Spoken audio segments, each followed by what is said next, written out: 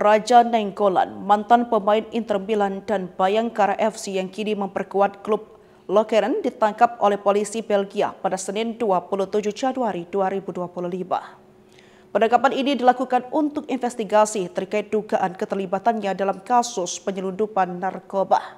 Nainggolan diduga terlibat dalam impor kokain dari Amerika Selatan ke Eropa melalui pelabuhan.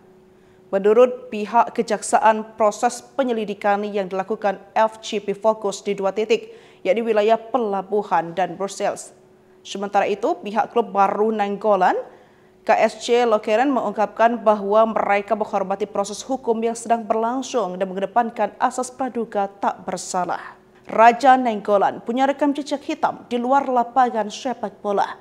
Ia juga sempat jadi sorotan saat gabung ke Inter Milan di tahun 2018. Saat itu ia direkrut dari Cagliari setelah menjalani masa pinjaman di Amerika Serikat Roma. Saat itu sebelumnya ia menjalani debut di Inter. Beredar foto-foto Raja Nainggolan tengah asyik masuk di sebuah klub malam. Raja dalam foto-foto yang beredar tampak asyik berjoget mengikuti irama musik. Diketahui bahwa Raja pergi ke sebuah klub malam di Dalmen, Italia. Raja Nainggolan sempat mengutarakan bahwa ia memang punya kecenderungan penyuka kehidupan malam dan alkohol.